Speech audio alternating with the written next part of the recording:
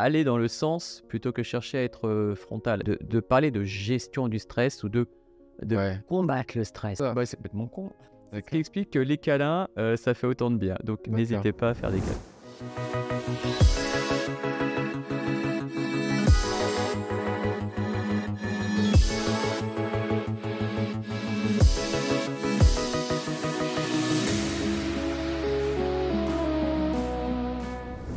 On a accumulé un système qui est là pour fuir ou combattre. Eh bien, il faut donc faire en sorte d'utiliser ce qui sert à fuir ou combattre. Qu'est-ce qui sert à fuir ou combattre? Nos membres. Ouais. Nos membres. Donc, Et je vais te dire autre chose. complètement clair. Dis-moi si tu me valides, mais moi je trouve quelque chose qui m'a beaucoup servi. C'est, par exemple, tu es dans cette situation face à ton patron, ou ça m'est arrivé avec ma mère par exemple, elle me dit un truc qui vraiment me casse la tête. Et au lieu de rentrer dans ce truc-là, bah, en fait, je dirais exprimer vraiment sa colère. Et sans forcément insulter, sans violence justement. Mais là, ce que tu me dis, ça me met vraiment en colère. Et tu vois, et cette décharge de colère, de la mettre sur la table, moi je trouve que ça liquide déjà le sentiment qui est présent, et ça permet d'avancer. Alors, tu as très bien amené ce concept, hein, là en l'occurrence, c'est de la CNV, hein, communication non violente. Et ce que tu as dit était tout à fait juste, c'est-à-dire non pas dire à la personne t'es dégueulasse, par exemple, ou tu me fais chier, ou quoi que ce soit. C'est ce que tu fais me provoque ceci. Parce qu'on n'est jamais agressif en fait quand on dit ça. Quand on parle de soi. Quand on parle de soi. Si, mettons, voilà, un patron dit ouais, t'as pas fait ton travail, c'est nul, et qu'on a envie de se chauffer un peu et de dire au patron, non mais attendez, franchement, vous m'avez pas donné les indications suffisantes. Hein. Vous m'avez pas été assez Donc là, précis. t'accuses. C'est le tu qui tue, comme on dit. Donc tu accuses. À partir du moment où, Donc l'autre va se sentir agressé. voilà, à partir du moment où il a dit, bah, comment écoutez, là, avec ce que vous m'avez donné comme indication, effectivement, je n'ai peut-être pas bien compris le message de ce que vous attendez. Et en fait, donc ça induit chez la personne, chez le patron, le fait de se dire, ah ok, donc j'ai peut-être pas été clair dans les explications que j'ai pu donner. Et ça, c'est vraiment quelque chose d'extrêmement intéressant. Là encore, c'est aller dans le sens plutôt que chercher à être frontal. Et c'est pareil par rapport au stress. Aller dans le sens, dans un premier temps, plutôt que d'être frontal. Moi, je déteste... Je vais jusqu'à... ce sens-là, je vais même jusqu'à justement... professionnellement, ça peut ou pas, ça dépend du niveau d'intimité qu'on a dans son entreprise ou pas. Mais vraiment d'exprimer cette émotion-là, je suis vraiment en colère. Et peut-être dire après... Moi, j'ai jusqu'au 20 pour avril pour faire ce truc-là, alors qu'on est le 10. Donc, en fait, c'est pas encore justifié de me réclamer ce rendu. Quelque chose comme ça, tu vois. Et du coup, le fait d'exprimer cette colère, parce que c'est comme si elle se retournait contre soi-même, sinon, si on l'exprime pas, et qui va générer ce stress, ce truc-là. Comme d'un coup, tu me dire, même si c'est un peu cucul à pralinette, tout ce qui ne s'exprime pas s'imprime, tout ce quoi je fais face s'efface. Ça paraît cucul à pralinette, mais... il y a une forme de respect de soi aussi. Tout à fait, bien sûr, parce que le fait de ne pas exprimer, le fait de ne pas extérioriser, je reviens toujours à ça, on se met dans une situation de stress, donc de fuite ou de combat. Et bien, le fait d'exprimer, c'est aussi une façon de se battre, hein, d'une certaine manière. Donc... l'affirmation de soi serait-elle justement une forme de défense, en tout cas. Ouais. Donc, défense, combat, c'est la même chose, hein, qu'on soit actif ou passif dans le rôle. Donc en tout cas, l'idée, c'est finalement d'aller dans le sens de ce que notre corps exige. Hein. Notre corps, il demande ça. Donc l'idée, c'est d'aller là-dessus. C'est pour ça que moi, je suis toujours très gêné, et je trouve toujours un peu bébête, dis-moi. De parler de gestion du stress ou de combattre le stress. Ouais, je trouve ça un peu... ça me gêne. C'est nul. Mais le stress, ça se combat pas. C'est comme si... C'est la vie, en fait. Je vais combattre ma digestion. Ouais, c'est ça. Bah, c'est complètement con. C'est un système... Je vais combattre les hormones. Ben non, je suis comme ça, donc je vais pas combattre. Hein. On combat pas sur le stress. Il y a quelque chose aussi qu'il faut pas oublier. Moi, peut-être que justement, on réprime tellement de choses, parce que socialement, on n'a pas appris à exprimer de façon saine toutes ces choses-là. C'est ça le stress. Parfois, on se l'inflige à nous-mêmes, finalement. Bien sûr, mais le pire stress, c'est celui qu'on s'inflige à nous-mêmes. Et c'est ça qui nous bouffe.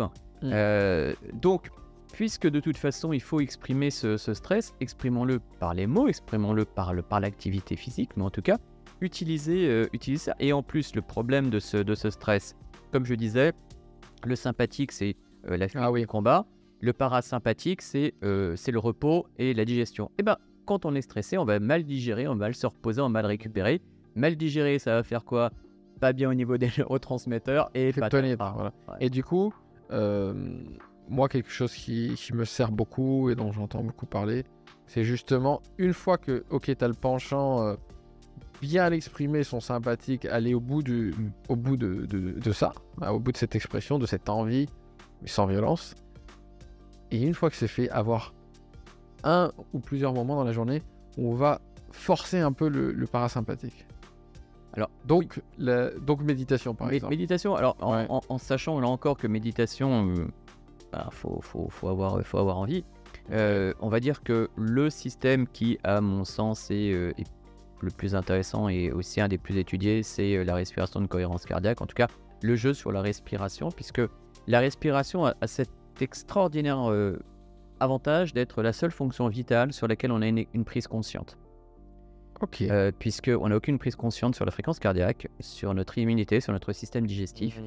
Alors que la respiration, on peut la moduler, on peut l'accélérer, on peut la ralentir, on peut la bloquer un certain temps. Donc on a donc via la respiration une possibilité d'avoir accès à toutes nos fonctions automatiques. Par exemple, si je te dis augmente ta fréquence cardiaque, tu vas pas pouvoir le faire. Par contre, si je te dis d'augmenter ta respiration comme si tu étais en train de faire un sprint, tu vas augmenter par voie de conséquence ta fréquence cardiaque. C'est-à-dire qu'en fait, ta respiration va jouer sur ta fréquence cardiaque.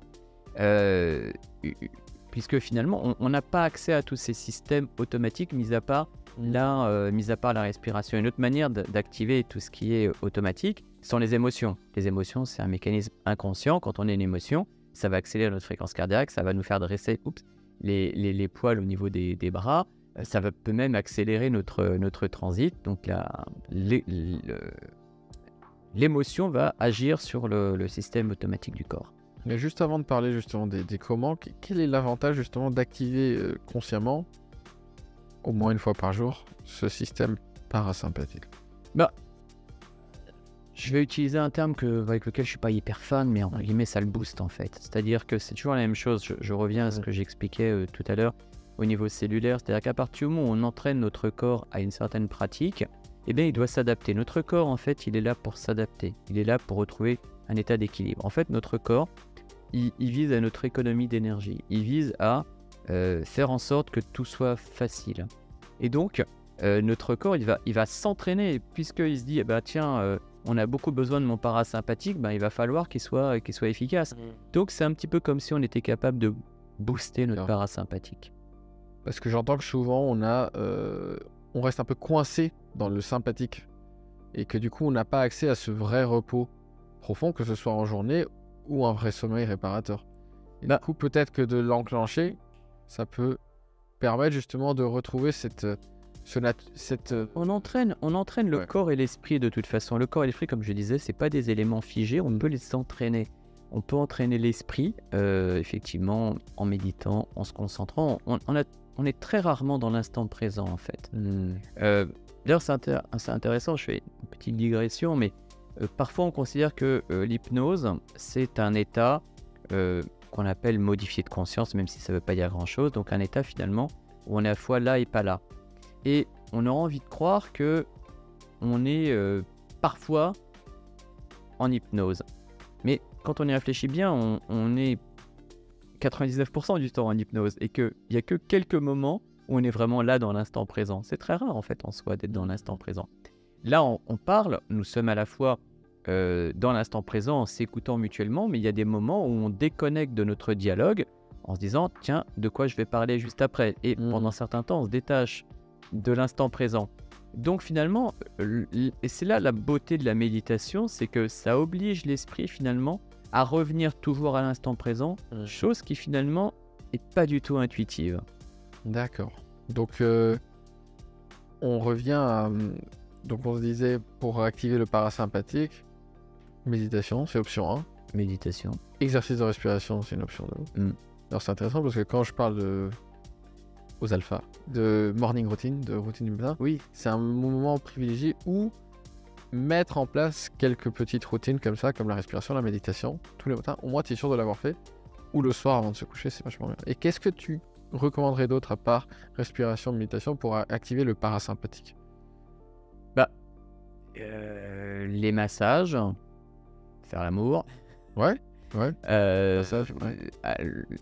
tout ce qui est en rapport avec le corps. Il y a quelque chose qu'il il faut bien avoir toujours en tête. Je reviens câlins. toujours à Les câlins. les câlins. Je reviens toujours à la biologie, mais biologiquement, je dirais embryologiquement parlant, le cerveau et la peau viennent du même tissu. C'est ce qu'on Ok. appelle le neurectoderme. Quand l'embryon se crée, il y a une partie de ce feuillet qui se trouve à l'extérieur de l'embryon qu'on appelle le neurectoderme. Et une partie de ce neurectoderme va s'invaginer à l'intérieur de l'embryon. Ça va donner ce qu'on appelle le neuroderme, donc le cerveau et la moelle épinière. Et l'autre partie va rester ce qu'on va appeler l'ectoderme, ça va donner la peau. Donc, mais de base, la peau et le cerveau, c'est exactement le même organe. Ce qui explique que les câlins, ça fait autant de bien. Donc, D'accord. n'hésitez pas à faire des câlins.